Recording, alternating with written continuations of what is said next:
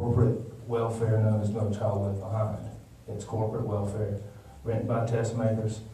All it does is benefit test makers and people that provide programs to help you encourage your kids to pass the test. It doesn't prove anything, does not provide meaningful education. It's an unfunded federal mandate, and we should get rid of it. The Elementary and Secondary Schools Act is up for reauthorization, and I will fight to repeal No Child Left Behind or strike that from that bill when it's reauthorized. We have to have education that is meaningful, that works with industry. Like I mentioned before, we need to bring companies in here that want to partner with our post-secondary schools. We could start our kids even earlier. Let's have a meaningful education. We all know people that had dropped out of school when they were 9 years old, or well, not 9, but 14 years old, and now they're millionaires because they found their own way. They couldn't read or write very good, but they sure could build a house. So we've got to have kids, give kids the opportunity. Every kid can do something, and kids want to work, kids want to learn. But Georgia has the highest incarceration rate per capita in the United States. And if we don't fix our public school education system, we're in trouble. We have got to fix that because the dropout rate is directly related to the crime rate, teen pregnancy, all the things we don't like. Thank you. Dr. Stolberg, I'll ask you to have the next question. This question relates to clean energy and climate change. The greenhouse effect and the addition of excess carbon to the Earth's atmosphere is rapidly increasing and causing climate change. The southeastern U.S. is experiencing more persistent drought, along with infrequent and unpredictable excessive rain events. Natural ecosystems are changing, and the productivity of the agricultural industry will face greater challenges. Will you support a strong carbon regulation component in a new energy bill to begin to move toward a carbon-neutral economy?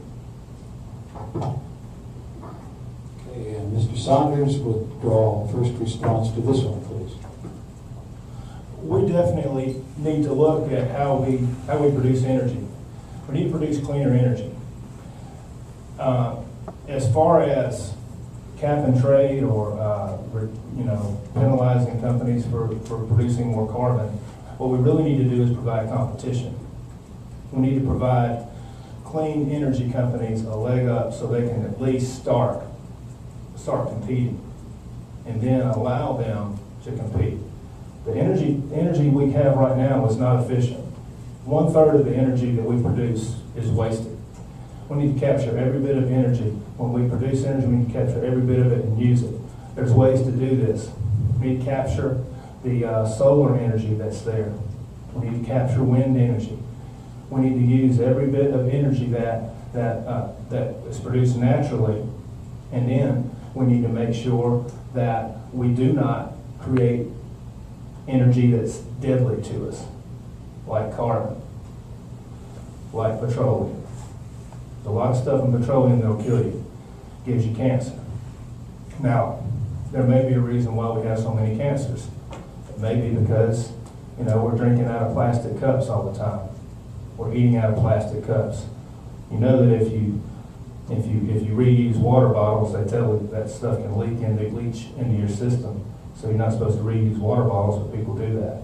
So I would encourage companies to do their best to invest in clean energy, not stop them from producing the carbon, but try to produce that carbon. You can capture that carbon and put it back into the ground and recycle it. There's lots of ways to do that in America.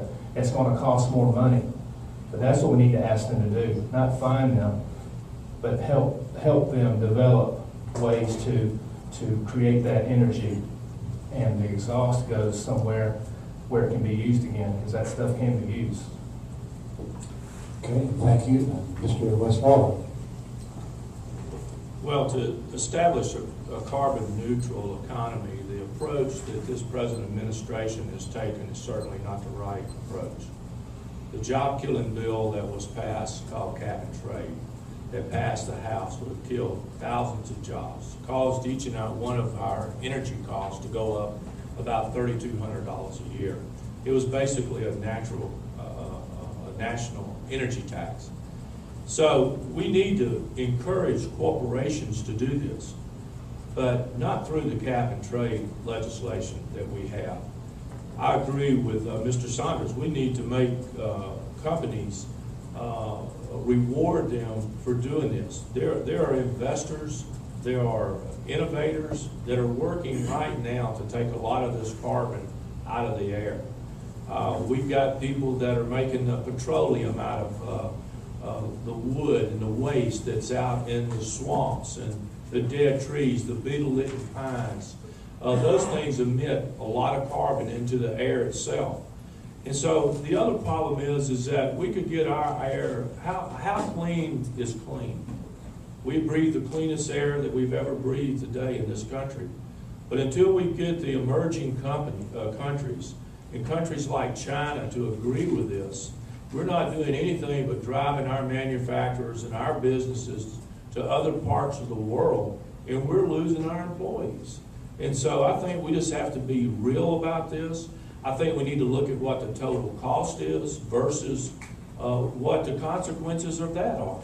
And we don't do that, and I don't believe the science that has been used. We had a climate gate, as you remember, that came out of the UN. And so I think until we have some good science and a good worldwide plan to do this, I don't know why the United States should be left holding the bag, as we have been so many times in trying to do things for this whole world. Thank you. Ms. Duke, we have the next question, please. Thank you. Yesterday, I joined other members of the American Legion Auxiliary to spend several hours delivering and sorting clothing, accessories, and hygiene items for homeless veterans in East Point for the metro area. According to recent reports, 275,000 veterans are homeless in America.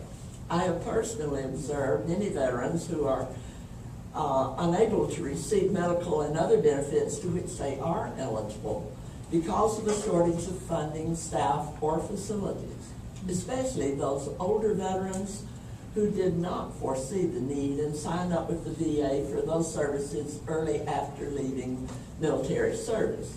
Their numbers continue to grow even as we are involved in 2 wars.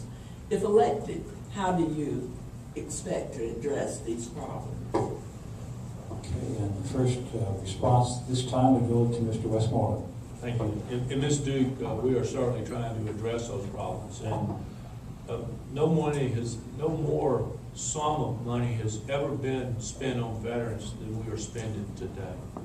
I represent right now part of Fort Benning, and we're building a new hospital down there. I'm working between the Department of Defense and the VA department to try to put some VA beds in that hospital.